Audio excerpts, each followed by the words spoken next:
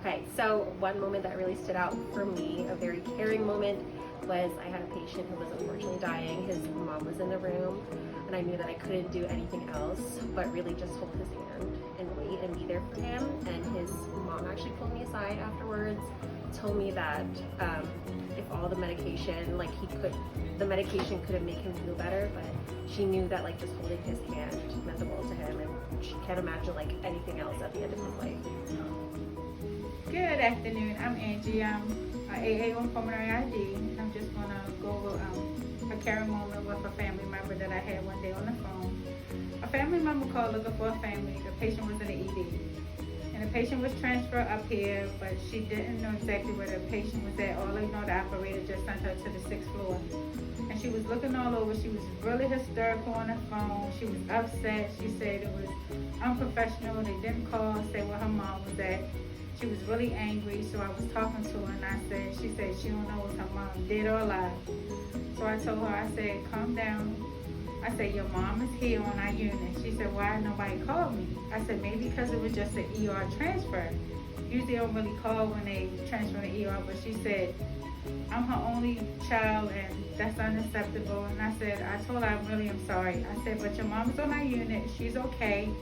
She's fine. She said, well, what's going on? They never told me why she's up there, what unit this is. And I said, this is pulmonary.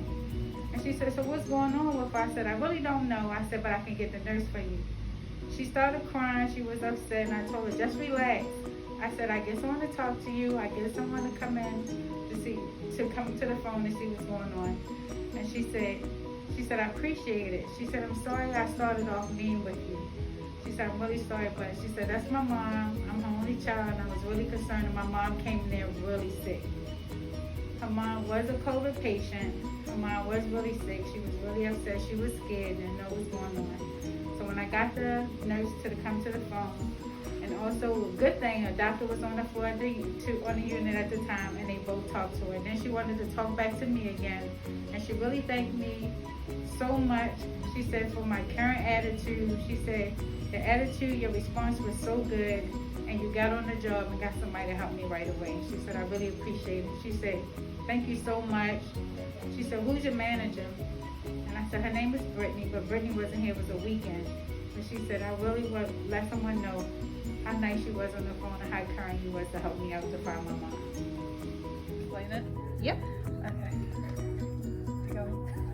A moment that really stands out to me was one of my first shifts. I had a patient and she really reminded me of my grandmother, and throughout the whole day, like, she was so sweet. And towards the end of the day, I went to check on her, make sure she was okay before I left, and I went to say goodbye, and she called me baby doll, which is what my grandma called me. So she was like, can I give you a hug? And I was like, yeah, of course. So that always sticks out to me. All my 26 years at Sinai, I had a very expressing moment. We had a lady that was going to hospice, and she was fully aware, alert times 10.